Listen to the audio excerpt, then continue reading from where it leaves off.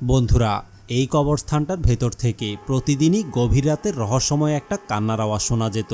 কিন্তু ভয়ের কারণে চেক করার জন্য সেখানে যখন কেউ যেতে রাজি হচ্ছিল না, তখন তারা বুদ্ধি করে একটা ড্রোন ক্যামেরাকে কবরস্থানের ভিতরে পাঠিয়ে দেয়। আর ড্রোন পাঠানোর পরেই ঘটে আসল ঘটনা।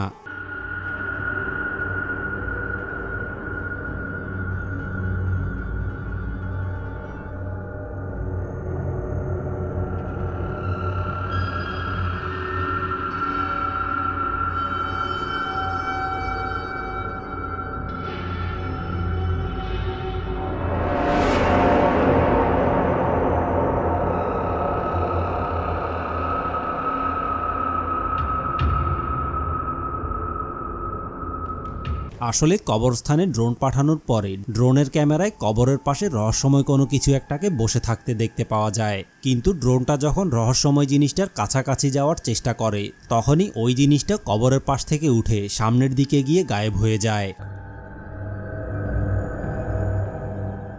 আর এই ব্যাপারে আপনাদের কি মনে হয়? এটা কি কোনো মৃত মানুষের আত্মা ছিল, নাকি রহস্যময় কোনো ভূতপ্রেত অথবা জিন ছিল? কমেন্ট করে আপনার মতামত জানাবেন।